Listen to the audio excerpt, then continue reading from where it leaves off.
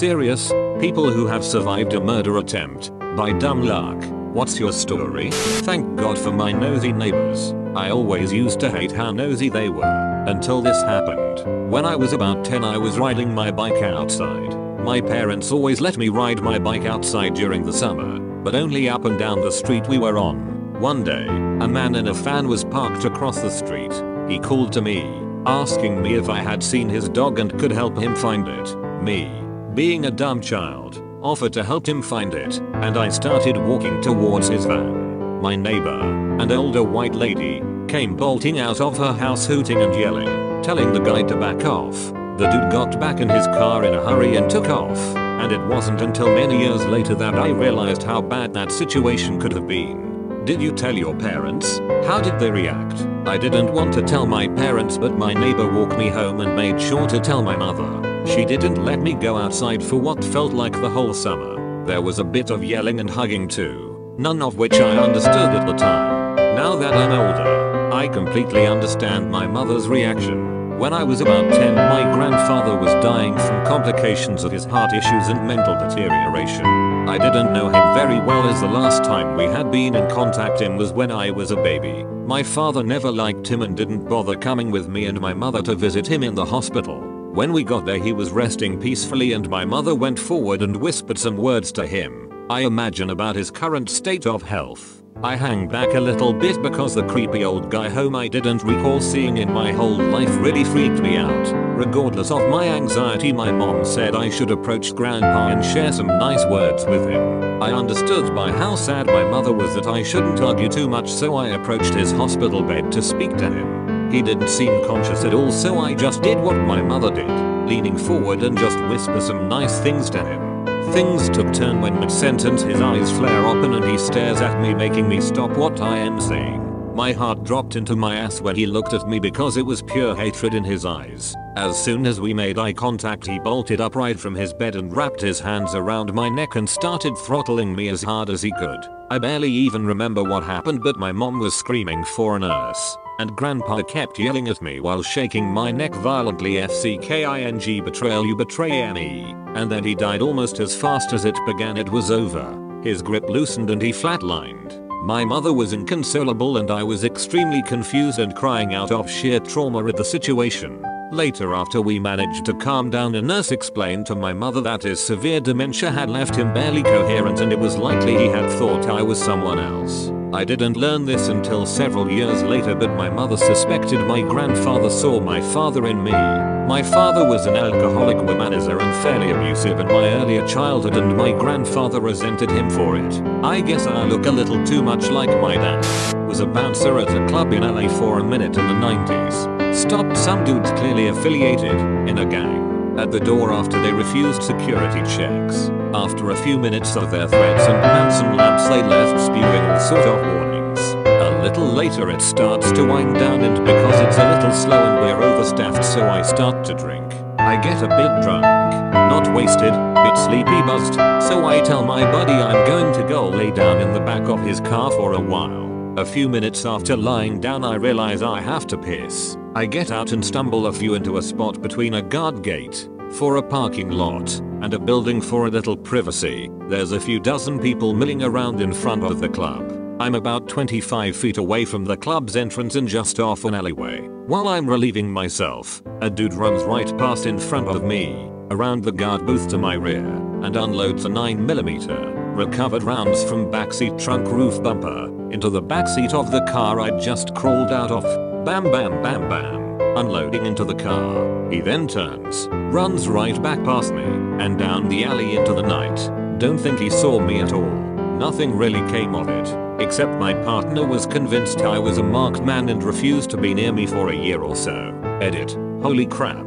I kind of expected this to get buried. This was Los Angeles. I was about 25, almost 50 now, so some specifics are long gone. But I remember this.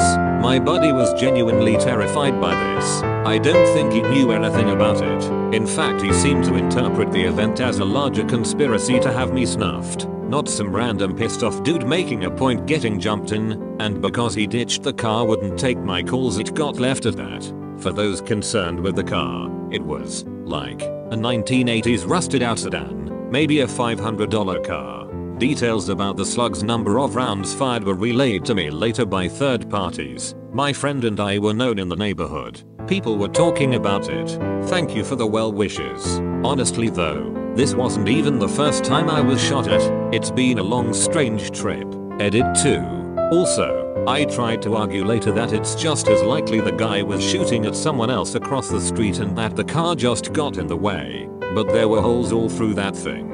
Backseat had 4/5, another 2/3 went into the back window and ended up in the backs of the front seats. Another 2/3 rounds went right into the trunk. I honestly don't know if he was a terrible shot, or if he hit right what he was aiming for. Apologies if I'm doing this wrong. I suck at Reddit. Imagine being so entitled that not being allowed into a club warrants murdering someone. My friend got killed because of someone like that. He was a photographer working a house show party. 2 guys either got kicked out or weren't allowed in. The 2 guys proceed to do a drive-by shooting later that night and John just happened to get hit and killed by their random shooting. Fuck those assholes. He was a good dude. My dad has a client that owns a number of fast food restaurants. One day we were working at one of his stores, remodeling, and talking about robberies. The client told us that when he was just getting into the fast food business, he lived in Colorado. He was assistant manager at a chain that required him to wear a tie. A drug addict came into the restaurant to rob them and grabbed him from behind, putting a knife to his throat. He opened the register and the guy attempted to slit his throat anyway, except the knife was dull and couldn't cut through the material of the tie. The client began to fight back and escaped with minor injuries. Addict went to prison and apparently he has the tie in a frame at home. Throw away because it got some media. I'm a criminal defense attorney. I was representing this guy that had embezzled almost $500K from his business partner. He was looking down the barrel at several years in prison. A bunch of his assets had been seized by the government, was being sued by multiple creditors for north of $2 million, and was in the midst of an ugly divorce and wasn't allowed to see his kids. I was one of 3 lawyers he had: criminal, civil and divorce. He was drinking a lot and using coke. I used to get this incoherent phone calls in the middle of the night that ranged from threats to crying. He came to my office one day and asked for me, but I was in court. My secretary said he was perfectly civil. He then went to his divorce lawyer's office and shot him to death. Got stopped by the police a short distance away and was wounded in a shootout. He would later tell the cops that he had come to my office to shoot me that day and also planned to shoot his civil attorney. I have a friend who had a party at his parents' house when he was in high school that a ton of random people went to. He got super drunk during the party and went upstairs to go to sleep, knowing that his friends would watch the party for him. My friend woke up from his nap to a guy from his school sitting on top of him stabbing him to death. He was stabbed 7 times before it stopped and he laid there on the bed dying. The only reason he is still alive is because his best friend came upstairs to ask him if it was alright if he made a frozen pizza and found him. The assailant was put in jail and recently was released, and it scares me to know that a guy who wanted to know what it would feel like to kill someone, said during the trial, is still out there free.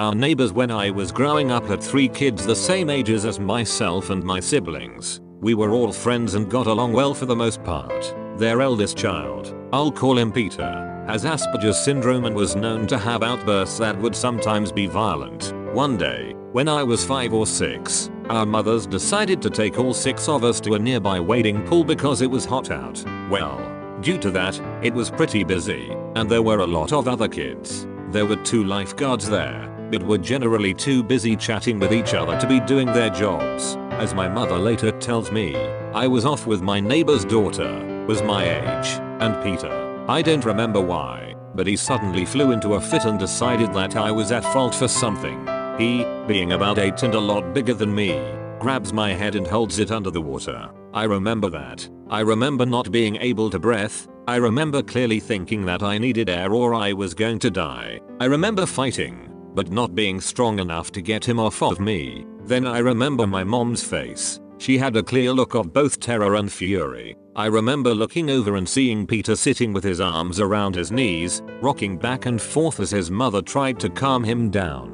Then I remember my mom absolutely losing it on the lifeguards who had missed everything and were clueless as to why this tiny woman was screaming at them that her daughter had almost drowned on their watch. To this day, I have a fear of swimming and absolutely do not like having water on my face, even when I'm showering. I hope those lifeguards were fired. Clearly they are incapable to do their job. I don't know what came of them, but I do know we didn't go back very often after that. I jumped out of a moving vehicle. This was in college in a different country. There were commuter buses that takes us to and from the campus and dorms. I had to stay 30 minutes later for a project, so around 7:30 p.m. by then the commuter rush was gone. I was the only passenger and I was sitting at front next to the driver. He was acting already shady. It was dark and rainy. He made a sudden dock turn of a grassy unlit hill. He said something's wrong with the tires. I said I'm getting off. He won't let me. The hill leads to a cliffside where rapes and murders have happened before.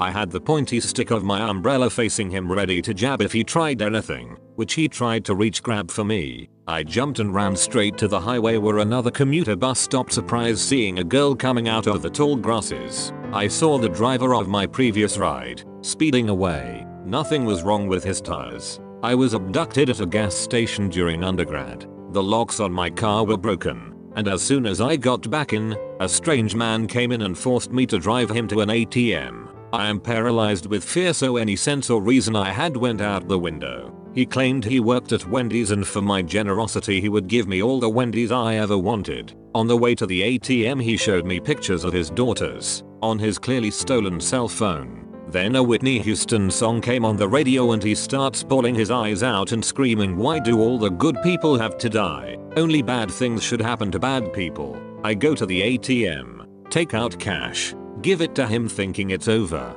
He then makes me get back in the car and drive him somewhere else. We pass by some train tracks and I'm thinking this is it. This is where I will be murdered. He asks me what I'm studying in school, and I tell him biochemistry. I believe in jet propulsion and all that shit. We are not alone, aliens are among us. He then makes me pull over at a gas station and he tells me drive away sweetheart. I call the cops, had to do a lineup. Apparently this dude had done this to a ton of other women, and some were less unscathed than I was. Thanks for watching. Like and subscribe for more content.